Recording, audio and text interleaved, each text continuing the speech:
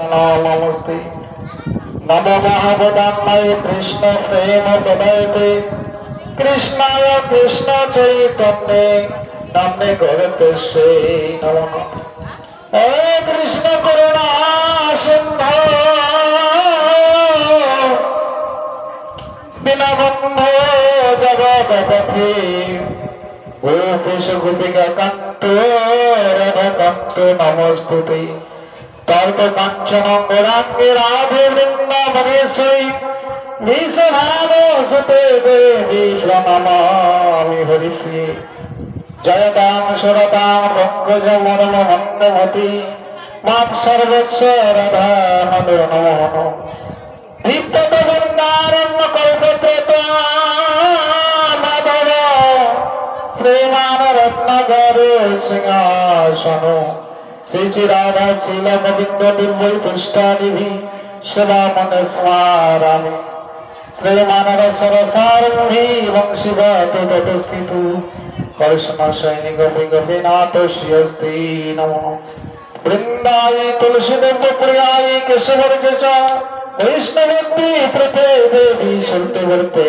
नमो श्री कृष्ण चैतन्य प्रभु नित्यानंद श्रीअद्वैत गदाधर शिवगति गौर भक्त बिंदु हरे कृष्ण कृष्ण कृष्ण हरे हरे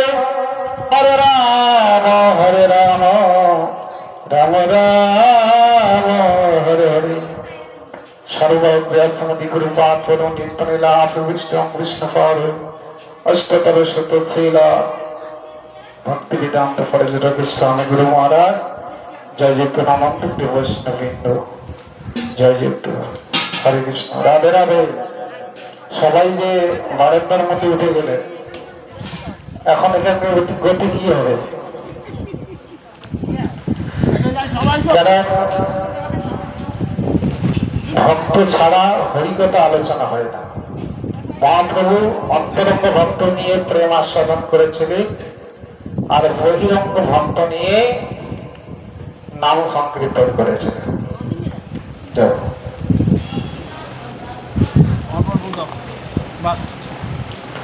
এই জন্য ভক্ত ছাড়া ভক্তি মিলে না যদি কৃষ্ণ ভক্তি পেতে চাও যাও ভক্তের কাছে ভক্তের সঙ্গে ওঠা বসা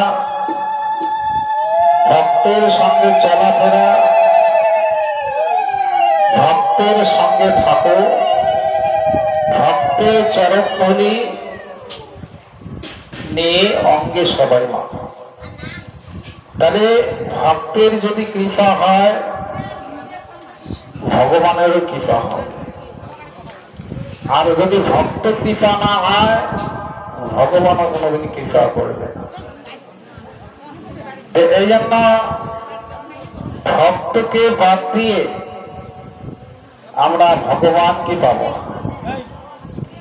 ভগবানকে পেতে গেলে ভক্তের কাছে ছুটে যেতে হবে এই জন্য বলেছিলেন যে সংসার ভজিন শ্রী গৌরাঙ্গ ভুলিন না শুনিল সাধুর কথা সাধুগুরু বৈষ্ণবরা এরা বলার জন্য হরিবাসরে জায়গায় জায়গায় এরা হরিকথা বলছে কিন্তু আমরা সে কথা কখনো শুনতে চাই না তাহলে কার ভজনা করছি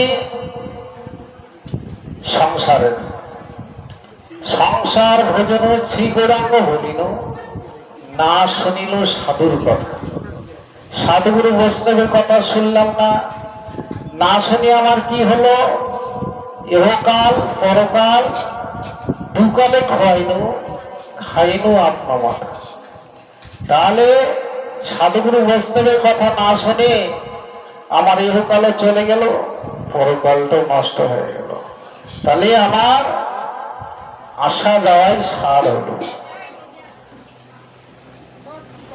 তাহলে এইরকম মানব জনকে যদি আসা আর যাওয়াই সার হয় তাহলে তো আর মানব জনম নাও পেতে পারে দুর্লভ মানব জনম লোভিয়া সংসারে এই সংসারে এসেছি দুর্লভ, এই জন্মটা দুর্লভ বলেছেন। কেন? যে মানুষের উপরে আর কোনো জন্ম হয় না। তাহলে এই জন্মে হরিভজন করতে হবে। অনেকে আমার বলে যে এসেছি মানুষ হয়ে, যা করার করি, এরপরে কি হবে হবে, কারণ পরবর্তীটা আমি ভাবি না। তাহলে পরকালের চিন্তা যারা করে না, তারা এই জগতে অনেক রকম করতে পারে। যারা পরকাল ভাবে, তারা এই জগতে হিসাব করে চলে। সব জায়গায় ফাঁকি দেওয়া যাবে, কিন্তু এক জায়গায় ফাঁকি দেওয়া যাবে। ভগবানের কাছে, চিত্রগুপ্তের কাছে আমরা ফাঁকি দিতে পারবো না। ওই জায়গা থেকে বাদ করবে না। এই জন্য একটা কীর্তন বলেছিলেন, ভেবেছে কি মনে এতেই ভবনে, তুমি যাহা করে গেলে কেউ তো জানে না, বারে বারে আর আসা হবে না। যেটা আমি গোপনে করে যাচ্ছি সেটা তো কেউ দেখলো না, কিন্তু ভগবান তো দেখি ফেললেন, ভগবানের কাছে রেহাই পাবে। তো এই জন্য ভগবানকে যারা আত্মনিবেদন করে শরণাগতি হয়েছে, শরণ্য শরণাগতি হইবে যাহার, তাহার প্রার্থনা শুনে শ্রী নন্দ কুমার। এই পৃথিবীতে কোটি কোটি জীব বিচরণ করছে, একটা পাথরের ভিতরে তো জীব, এত জীব সৃষ্টি করেছে স্বয়ং ভগবান, যিনি অনন্ত কোটি বিশ্ব ব্রহ্মাণ্ডের মালিক। তাহলে যে জীব সৃষ্টি করেছে এবং জীবের জন্য খাবারও তৈরি করে রেখেছে, সেই চিন্তা কে করে? মায়েরা যে গর্ভবতী হয়, ওই সন্তানটি জন্ম নিয়ে কে খাবে? মা চিন্তা করে? বাবা চিন্তা করে? না। কে চিন্তা করে? স্বয়ং ভগবান। তিনি চিন্তা করলেন, কি চিন্তা করলেন? যে এই সন্তানটি জন্ম হওয়ার পর কি খাবে, তার জন্য খাবার আগে তৈরি হয়। মাতৃস্তনদুগ্ধ ধীরে ধীরে পরিপূর্ণ হয়ে যায়। তাহলে এই জন্য জন্মের আগে যেমন খাবার তৈরি হয়, ওই সাধু হওয়ার আগে দুর্নাম করা মানুষ তৈরি হয়। আর ওই দুর্নামের ভয়ে আমরা মালাও দেই না, তিলকও পড়ি না। দুর্নাম করবে, বড় সাধু হয়েছিস। আরে সাধু কতদিনে হলো? এখন বলে যে ওই যে গুরুদেব এসেছিল, গুরুদেব বলে দীক্ষা নিলে নাকি মালা দিতে হয়, তিলক পড়তে হয়। তুই কিছু বুঝিস? আমরা শিক্ষিত সমাজ, এই যে মালার জল যে পায়ে ফেললে পাপ হয়, যা খুলে রাখ। আর আমরা তো অতটা বুঝি না। উনি বললো খুলি রাখ, অর্থাৎ নিজেও পড়বে না, অন্যকে পড়াতে দেবে না। তাহলে এই মালার জল পায়ে ফেললে পাপ হয়, এটা কোন শাস্ত্রে আছে? পায়ের মধ্যে কি আছে? যখন মাতৃগর্ভে আমরা ছিলাম, সন্তানের পা কোন দিকে ছিল? উপর দিকে। তাহলে আমরা প্রত্যেকে জানি সন্তানের পা উপর দিকে, নিচ দিকে মাথা।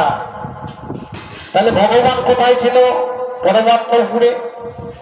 তাহলে ভগবান পায়ের কাছে ছিল। এই জন্য সন্তান জন্মাবার পর, যে কোনো সন্তান হোক, তার চরণগুলি দেখতে খুব সুন্দর, পদ্মফুলের মতো, কারণ সেখানে শ্রী গোবিন্দ স্বয়ং ছিল। এই জন্য মানুষ প্রণাম কোথায় করে? মাথায়। এই জন্য প্রণাম করে সেই প্রত্যেকের চরণে। তাহলে চরণে প্রণাম করে, চরণে স্বয়ং ভগবান বিশ্রাম করেছিল। তাহলে মায়া মালার জল যদি পায়ে পড়ে কি হয়? পাপ হয়। তাহলে যেখানে ভগবান ছিল তার যদি মাথায় পড়ে, আরো মঙ্গল বেশি হবে। তাহলে এই জন্য এই মালা প্রত্যেকের ধারণ করা কর্তব্য। তুলসীর হার যে না পড়ে ছাড়, জমালয়ে বাসনা, তাকে জমালয়ে যেতে হবে। কেন? এই তুলসীর হার চৈতন্য মহাপ্রভু কেন তিনি ধারণ করলেন? এই জগৎজীবকে শিক্ষা দেওয়ার জন্য। আর অনেকে আবার রামায়ণ মহাভারত পড়ে বলে তুলসী একটা মিথ্যাবাদী, ও মিথ্যা কথা বলছে, এই জন্য কুকুরি পেচ্ছাপ করে যেখানে সেখানে হয়। হ্যাঁ, বলেছিল যে যেমন কর্ম করবে শাস্তি তাকেই দিতে হবে, সেখান থেকে কেউ এড়াতে পারবে না। কর্মফল নিজেই নিতে হবে, অন্য কেউ নিজের কর্মফল নেবে না। তাহলে আমরা প্রত্যেকে যে যেমন কর্ম করেছি সেই রকম ঘরে জন্ম নিয়েছে, ওটা কর্মের জন্য জন্ম। কেউ দেখতে সুন্দর, কেউ দেখতে কুৎসিত, কেউ কানা, কেউ খন্ড, কেউ হাত নেই, কারো পা নেই। কিসের জন্য? ওটা কর্মফল। তাহলে কর্ম নিয়ে যে জীবের জন্ম হয়, আবার জায়গা পরিবর্তন হবে, সেটা কর্ম যদি আমি করতে না পারি। যারা মানুষের কর্ম করেছে তারা মানুষের ঘরেই জন্ম হয়েছে, আর যারা মানুষের কর্ম করতে পারেনি জীব জন্তুর হয়ে আছে। কিন্তু জীবের চেতনা শক্তি, জীব চেতনা শক্তি হারিয়ে ফেলেছে। আমাদের যে স্বরূপ, আমার জীবের যে স্বরূপ আমরা কেউ জানি না। মানুষের জীবের স্বরূপ কি? জীবের স্বরূপ হলো জীব নিত্য কৃষ্ণ দাস। আমরা প্রত্যেকেই ভগবানের দাস, ভগবানের কাছ থেকে এই ধরাধামে এসেছি, তার ইচ্ছায় এসেছি, তার ইচ্ছায় চলাফেরা করছি, তার ইচ্ছায় শ্বাস প্রশ্বাস নিচ্ছি, এবং তার ইচ্ছা হলে এখান থেকে চলে যেতে হবে। এই জন্য শাস্ত্রে বলেছেন, দেয় কৃষ্ণ ন্যায় কৃষ্ণ, পালে কৃষ্ণ সবে, মারে কৃষ্ণ রাখে কৃষ্ণ, ইচ্ছা করে যাবে। ভগবান কৃপা করে আপনাকে এখানে পাঠিয়ে দিয়েছেন, আবার যখন সময় হয়ে যাবে এখান থেকে নিয়ে চলে যাবে। চতুর্দিক দিয়ে যদি ডাক্তার ঘিরে থাকে, আটক করা যাবে? তাহলে যদি কোটিপতি হয়, জমিদার হয়, টাকা পয়সা বেশি থাকে, বাঁচানো যাবে? বাঁচানো যাবে না।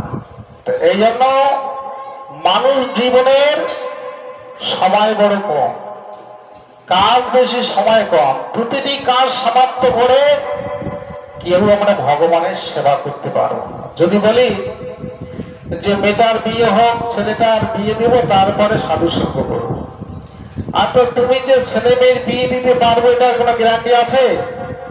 কেউ দিতে পারে? তাহলে এই জন্য মানব জীবনে ঠিক নয়, কে যে কখনো এখান থেকে চলে যাবে নিঃশ্বাসে কোনো বিশ্বাস নেই, ঘুমের বেলায় চলে যেতে পারে।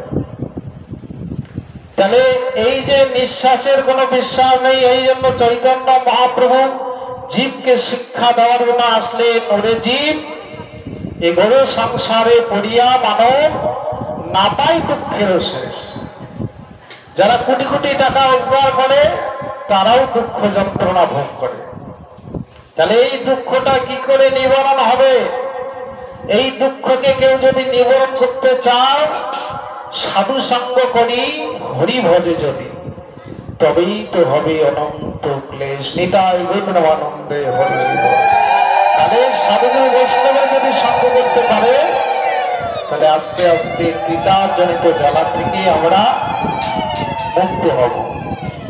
আদি ভৌতিক, আদি দৈবিক, আধ্যাত্মিক, এই যে মন বিষয়, বিষয় ছাড়িয়া কবে শুদ্ধ হবে মন, কবে হাম হেরব সেই মধুর বৃন্দাবন। নরোত্তম দাস ঠাকুর বললেন, বিষয় ছাড়িয়া, এই বিষয়ের মধ্যে জ্বালা আছে, যত উপার্জন তত জ্বালাতন। মানুষের মন করে চঞ্চল, যত টাকা থাকবে তত জ্বালা বাড়বে, মন চঞ্চল থাকবে। এই টাকা কোথায় রাখবো, কোন জায়গায় কি করব, মন চঞ্চল থাকবে। তাহলে মন যদি চঞ্চল থাকে ঘুম আসবে? কোনোদিনে ঘুম আসবে না। ডাক্তারের কাছে ট্যাবলেট নিয়ে ট্যাবলেট খেয়ে ঘুমাতে হবে, কারণ মন যদি শান্ত না হয় ঘুমও কিন্তু আসবে না। আপনারা প্রমাণ করে দেখবেন, রাত্রিবেলা যদি টেনশন বেশি হয় ঘুম আসবে না। তাহলে ঘুমাতে গেলে কি হবে? ওই টেনশনকে ত্যাগ হবে, শান্ত হবে মন, তবেই তো ঘুমে আসবে। এই জন্য মনকে শান্ত করতে গেলে একমাত্র হরিনাম মহা ঔষধ তাকে পান করাতে হবে। ভক্তি মুক্তি সিদ্ধি কামী এরা সকলেই অশান্ত, অতএব কৃষ্ণ ভক্ত শান্ত। যাদের ভোগ বিলাস বেশি আছে, যার টাকা পয়সা বেশি আছে, তার কি স্বাদ মেটে? যত দেবে তত চাইবে, লাভ দাও। তাদের ভোগ বাসনা বিলাসের আকাঙ্ক্ষা বেশি। তো এই জন্য ভগবান যেটুকু আমাদের দিয়েছে, কর্ম যে দিয়েছে, ওইটুকু নিয়েই থাকো, তার বেশি চেয়েও না। কারণ বাঁচতে গেলে খেতে হবে, আর খেতে গেলে রোজগার করতে হবে। কিন্তু যতটুকু প্রয়োজন সেইটুকু, তার বেশি যদি চাই তাহলে আমাদের যন্ত্রণা বেড়ে যাবে। তাহলে এই বিষয়কে ত্যাগ করতে বলছে। বিষয়ে ছাড়িয়া কবে শুদ্ধ হবে মন, কবে হাম হেরবে সেই মধুর বৃন্দাবন। তাহলে এই বিষয় বাসনা ত্যাগ আমরা কি করে করব যদি সাধু সঙ্গ না করি? এই মনের মধ্যে যদি আবর্জনা থেকে যায়, এই মনের ময়লাকে কি করে পরিষ্কার করব? এই মনের ময়লাকে তুলতে গেলে একমাত্র সাধু সঙ্গ করতে হবে। জামা কাপড়ে ময়লা হলে সাবান লাগালে ময়লা চলে যায়, কিন্তু মনের মধ্যে যদি ময়লা জমে যায়, এই ভারতবর্ষে কোন কোম্পানি আর সাবানের কোম্পানি আছে যে ওই কোম্পানির সাবান দিয়ে মনের ময়লা যাবে? না। এই মনের ময়লাকে তুলতে গেলে একমাত্র সাধু সঙ্গ করতে হবে। সাধুগুরু বৈষ্ণবের দর্শনে যায় মনের ময়লা। তাহলে দেখেন, বৈষ্ণব দর্শনে মনের ময়লা চলে যায়। আর যদি পরশ হয়, পরশ হলে প্রেম উদয় হয়। তাহলে এই পৃথিবীতে প্রত্যেকে আমরা জন্ম নিয়েছি না জন্ম দিয়েছে? কেউ না কেউ একজন জন্ম দিয়েছে। আমি একাই আসতে পারিনি, এই মর্ত ধামে পাঠিয়ে দিয়েছে। তাহলে এই পৃথিবীতে যেদিন পাঠিয়ে দিয়েছিল ভগবান, মাতৃগর্ভে ভগবানের কি কথা দিয়েছিলাম? কি কথা দিয়েছিলাম? যে ওই মর্ত ধামে গিয়ে তোমার নাম গুণ কীর্তন করব। সে কথা কি আমরা রাখতে পেরেছি? রাখতে পারে। ওই জন্য মানুষ মরে গেলে মুখে আগুন দেওয়া হয় কেন? আগুনে যে কোনো বস্তু পবিত্র হয়, সিদ্ধ হয়ে যায়। তাহলে এই মুখাগ্নি কেন করা হয়? যে বদনে হরিনাম উচ্চারণ হয় না, যে বদনে হরিনাম করে না, সেই বদন শুদ্ধ হয় না।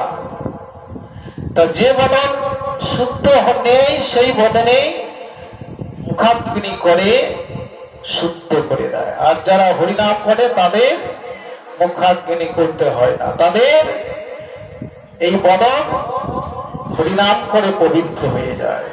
এই জন্য শাস্ত্রে বলেছে, ওরে বদন অকারণে হারাস না জীবন।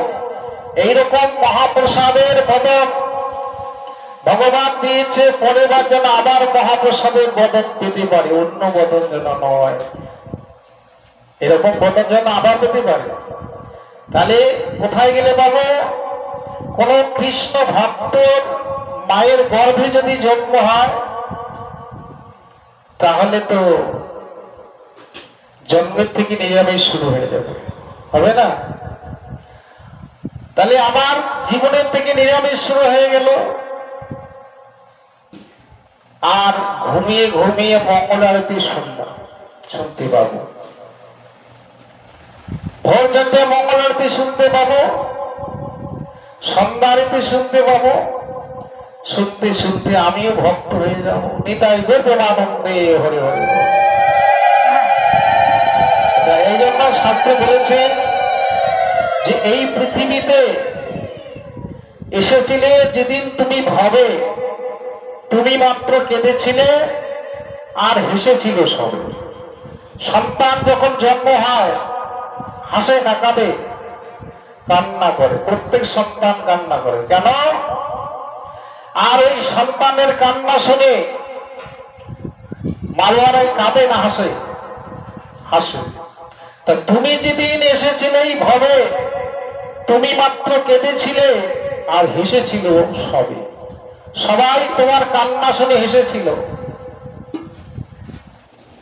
এই ধরাধামে এসে তুমি কি করবে? এমন জীবন করিতে হইবে গঠন, মরণে হাসিবে তুমি, কাঁদিবে ভুবন। তুমি এমন কতগুলি কর্ম করবে, তুমি যখন এখান থেকে চলে যাবে হাসতে হাসতে চলে যাবে, আর তোমার জন্য হাজার হাজার মানুষ কাঁদবে। নিতাই গৌরানন্দে হরি হরি বল। এরকম মানুষ আছে। যদি ভালো মানুষ মরে যায় তার জন্য সবাই দুঃখ প্রকাশ করে যে মানুষটি গ্রামের ভালো ছিল, কারো কাছে কোনো ঝগড়া বিবাদ, কারো সঙ্গে কলহ করেনি। আর এমনও মানুষ আছে যদি মরে যায় সবাই তাকে আশীর্বাদ অভিশাপ দেয় যে মরে গেছে মানে ভালো হয়েছে। এই লোকটি গ্রামে থাকাতে খুব দুষ্টামি করেছিল। এই পৃথিবী ছেড়ে আমরা প্রত্যেকেই চলে যাব। ভগবান আমাদের এই দেহ দিয়েছে, পঞ্চভৌতিক পাঁচটা বস্তু দিয়ে তৈরি করেছে। ক্ষিতি, অপ, তেজ, মরুচ, বোম। এই পাঁচটা বস্তু দিয়ে তৈরি করেছে। এই জন্য এই দেহটাও মাটি। এই জন্য পরীক্ষিত বেলা একটা কীর্তন বলেছিলেন, মাটির দেহ মাটি হবে, পুড়ে হবে ছাই। এ দেহ পচা দেহ, গৌরব কেন করো ভাই? আমরা অনেক সময় দেহের গৌরব করি না। কোন সময় আয়না দেখি? যখন যৌবন আসে। তাহলে যখন যৌবন থাকে তখন আমরা বারবার মুখটা আমরা দর্শন করি, এই যে রূপের মাধুর্য। তাহলে যৌবন যখন আস্তে আস্তে শেষ হয়, রূপটা যখন নষ্ট হয়, আয়না কি দেখে? আমার তো রূপ শেষ হয়ে গেছে, আয়না থেকে কি হবে? যতক্ষণ রূপ যৌবন থাকবে ততক্ষণ আমরা প্রত্যেকেই আয়না দেখব যে আমার মুখের মাধুর্যটা কিরকম আছে। যদি আয়নায় আমি নিজে নিজে দেখি ভালো না, তাহলে আর বারবার দেখবো না। আর যদি আয়না দেখছি না আমার মুখের মাধুর্য খুব, তাহলে আমার অহংকার বাড়তেই থাকলো। নিতাই গৌরানন্দে হরে হরে হরে। অহংকারে মত্ত হইয়া নিতাই পদ পাশরিয়া সত্যরে সত্য করে মন। তাহলে অহংকারে মানুষের জীবনকে পতন করে। রূপের অহংকার, ধনের অহংকার, যৌবনের অহংকার, এগুলি অহংকার থাকলে জীবনকে নষ্ট করে দেয়। আর ভক্তি থাকলে ভিতরে প্রেম সঞ্চার হয়। তাহলে এই কৃষ্ণ ভক্তি অর্জন করতে গেলে কোথায় যেতে হবে? ভক্তের কাছে। ভক্ত ছাড়া ভক্তি মিলে না, ইহা যারা আছে। যদি কৃষ্ণ ভক্তি পেতে চাও, যাও ভক্তের কাছে।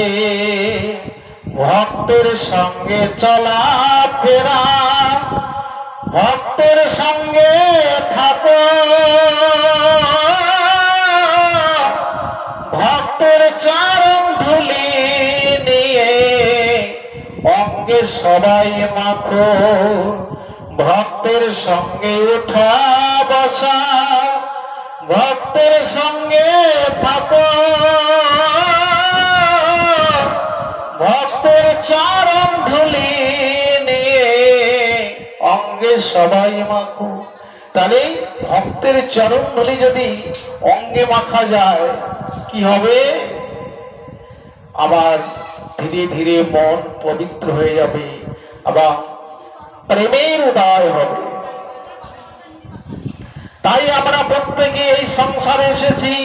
এই সংসারকে বলেছেন অন্ধকূপ। যেমন একটা পুরনো কুয়ো, এই কুয়ের মধ্যে কি বহুদিন হয়েছে, ওটাকে অন্ধকূপ বলে, বোকা কুয়ো। তাই সংসারে, তাই আমার বাপ ঠাকুরটা, তার বাপ ঠাকুরটা পর্যন্ত এই সংসার করে গেছে। তাহলে কত পুরনো সংসার, সেই সংসার চলে আসছে। তাহলে এই যে অন্ধকূপে আমরা প্রত্যেকেই পড়েছি। তাহলে এই সংসার আগে ছিল, এখনো আছে, পরেও থাকবে। কিন্তু আমরা অন্ধকূপে পড়ে আমাদের পা কোন দিকে, উপর দিকে, মাথা নিচ দিকে, এইভাবে ঝুলছে। ওইভাবে কি ঝুলে থাকা যায়? ভগবানের কাছে স্তব করছি, ভগবানকে প্রণাম করে বলছি, হে প্রভু, এই সংসার অন্ধকূপে তুমি ফেলে দিলে, নালে উপরে তুলে নাও, নালে নিচে ফেলে দাও। কিন্তু এইভাবে কি ঝুলে থাকা যায়? ভগবান বলছে, রে মূর্খ জীব, আমি তো তোদের অমঙ্গল চাই না, তোরাই তো অমঙ্গল করিস। নিচের দিকে তাকিয়ে দেখ, নিচের দিকে কাল সর্প দুলছে। নিচের দিকে যাবি, তোমাকে কাল সবর দেবে। আর উপর দিকে যেতে চাস, উপরে বাঘ ঘুরছে খাবার জন্য, কোন দিকে যাবি? আর যে লতা পাতায় জড়িয়ে তুই ঝুলছিস, এদিকে দুইটা ইঁদুর এসে কাটা শুরু করে দিয়েছে। তাহলে কোন অবস্থায় আমরা ঝুলে আছি? উপরে বাঘ ঘুরছে খাবার জন্য, নিচের দিকে সাপ সবল দেওয়ার জন্য দাঁড়িয়ে আছে, আর যে লতা পাতার মধ্যে জড়িয়ে আছি সেটা আবার দুইটা ইঁদুর এসে কেটে দিচ্ছে। তাহলে ওই লতা পাতা যদি কেটে দেয়, কতক্ষণ থাকবো? নিচে পড়ে যাব। আর নিচে পড়লে তো ওই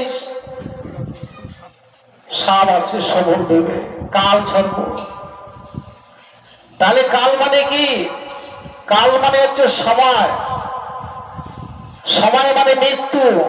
মানুষের তো কখনো মৃত্যু হয় না, মৃত্যু হয় শুধু এই দেহের মৃত্যু হয়, মানুষের কখনো মৃত্যু হয় না।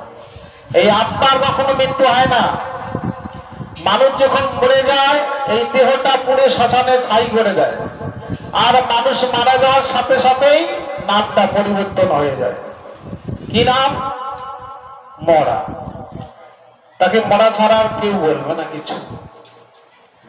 তাহলে যদি আমি কোটিপতি হই, তবু আমার নামটা পুছে যাবে। এই জন্য কীর্তনে বলেছে যে মাথার ঘাম পায়ে ফেলে করলে গাড়ি বাড়ি, দিন রাত পরিশ্রম করে বাড়ি গাড়ি করলাম, যেদিন এখান থেকে চলে যাব, তাহলে আস্তে আস্তে আমার নামটা সবাই মুছে দিবে। আমার নামের কথা আর কেউ বলবে না। বলবে কি? বলবে না। তাহলে দেহ থেকে প্রাণ চলে যাওয়ার সাথে সাথে কি করে? কলসি খুঁজতে হয়। তাহলে এই কলসি খুঁজতে খুঁজতে দেখলেন ওই যে কতদিনে পুরানো একটা কলসির শস্যা, ওই শস্যা ঢালিয়ে নিয়ে যাবো, সেটা নিয়ে যাও। আর যদি দামি দামি সোনার গহনা থাকে, ওটা দেবে, ওটা লুকিয়ে রাখবে, যে আমার বাবা এতগুলি সোনা রেখে গেল, একটু সোনা দিই। এই জন্য সোনাও দেবে না।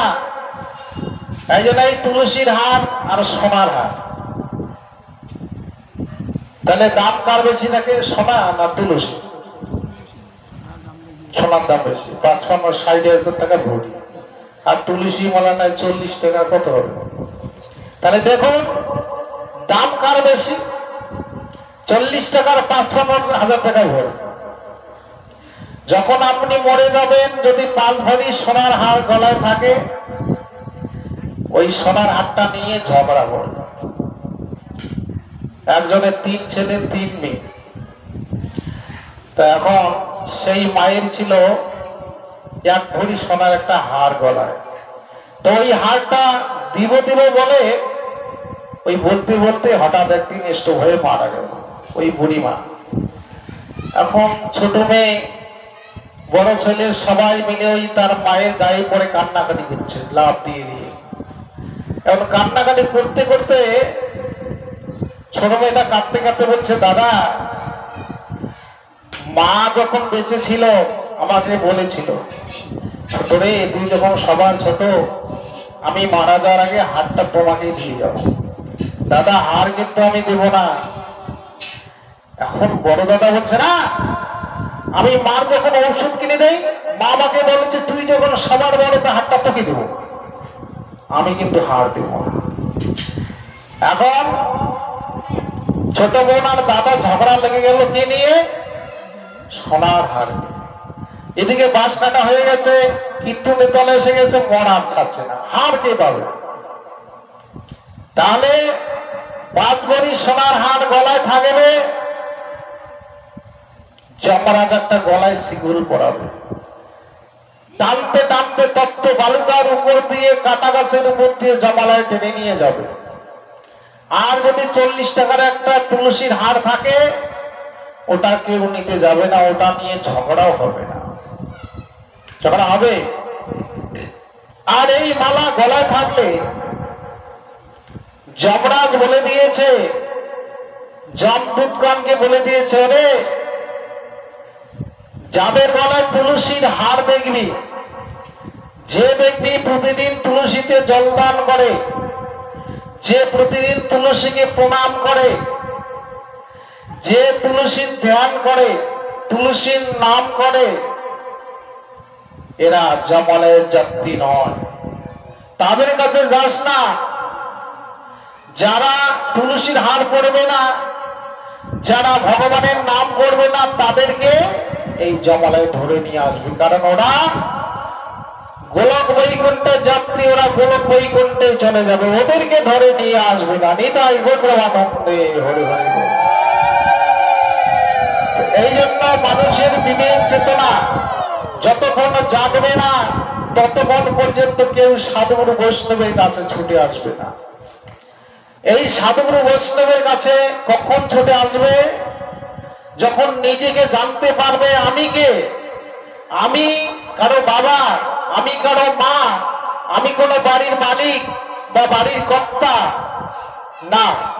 তাহলে আমি কে? তাহলে আমি হলাম জীব নিত্য কৃষ্ণ দাস। আমি হলাম ভগবানের দাস, তার ইচ্ছায় এসেছি, তার ইচ্ছায় চলাফেরা করছি, তার ইচ্ছায় বেঁচে আছি, তার ইচ্ছায় চলে যাব। আমরা প্রত্যেকেই ভগবানের সত্তা। এই জন্য মহাপ্রভু প্রথম ছেলেকে বলেছিলেন, চেত দর্পণং মার্জনং ভব মহাদাবাকিনী নির্বাপনম শ্রেয়ম চন্দ্রিকায় অবতরিণী বিদ্যাবধূ জীবনম আনন্দাম্বুবর্ধনং শ্রেয়ম প্রতিপদং পুণ্যামিত আস্বাদনম। এই চিত্ররূপ দর্পণকে মার্জিত করতে হলে সাধুগুরু বৈষ্ণবের সঙ্গ করতে হবে, তাহলেই চিত্ররূপ দর্পণের আবর্জনা সরে যাবে। তা চৈতন্য মহাপ্রভু কলিতে এমন